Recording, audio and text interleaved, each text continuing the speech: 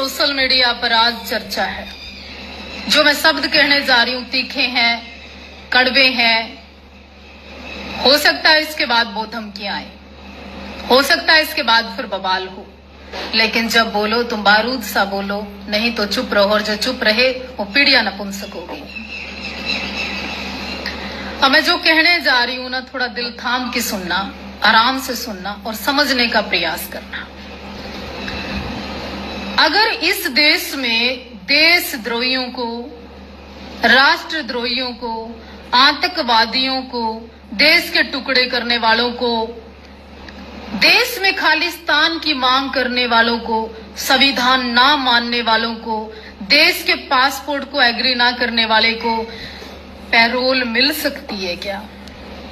और हाँ, अगर फिर इस तरह की गतिविधियों में जिसपे एनएसए लगाओ, जिसपे राष्ट्रद्रोह लगाओ, जिसपे देशद्रोह लगाओ, उस व्यक्ति को अगर संविधान, उच्च न्यायालय, भारत की सरकार पैरोल पे लाके सख्त दिलवा सकती है, और वो व्यक्ति जो कल तक कहता है मैं देश के संविधान को नहीं मानता, तो वो शपथ लेते वक्त क्या कहेगा, मैं उस इंतजार में हूं। क्योंकि वो तो खालिस्तान के मुद्दे पर मेंबर पार्लियामेंट बन गए, एमपी बन गए। हाँ जी,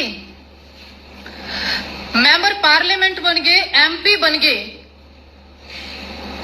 उस व्यक्ति को अगर पैरोल देकर आप सांसद की कसम उठवा सकते हो, तो वो व्यक्ति संसद में खड़े होके, कानून के उस मंदिर में खड़े होके, उस लोकसभा के या देश का प्रतिनिधित्व जो करती है उस मंदिर में खड़े होकर क्या बोलेगा कि मैं संविधान की शपथ लेता हूं, इस देश और राष्ट्र से गद्दारी नहीं करूंगा।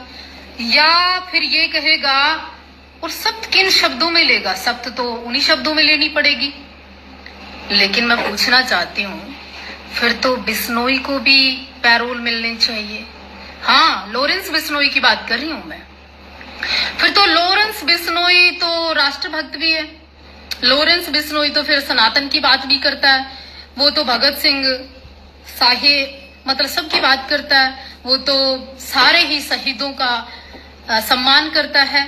उसके तो सनातन, गौ भक्ति, ये सारी चीजें लॉरेंस बिश्नोई के दिल और दिमाग में है। फिर उसको भी एक दिन की पैरोल दे देनी चाहिए। वो भी राम मंदिर दर्शन करना चाहता है, इसमें क्या बुराई है? और आने वाले समय में फिर लॉरेंस बिश्नोई को चुनाव लड़ना चाहिए, और चुनाव लड़कर जीतना चाहिए, और जीतकर फिर शपथ लेनी चाहिए। अगर अमृतपाल चुनाव लड़ सकते हैं जेल के अंदर, तो फिर लॉरेंस के को क्या दिक्कत है भाई? है?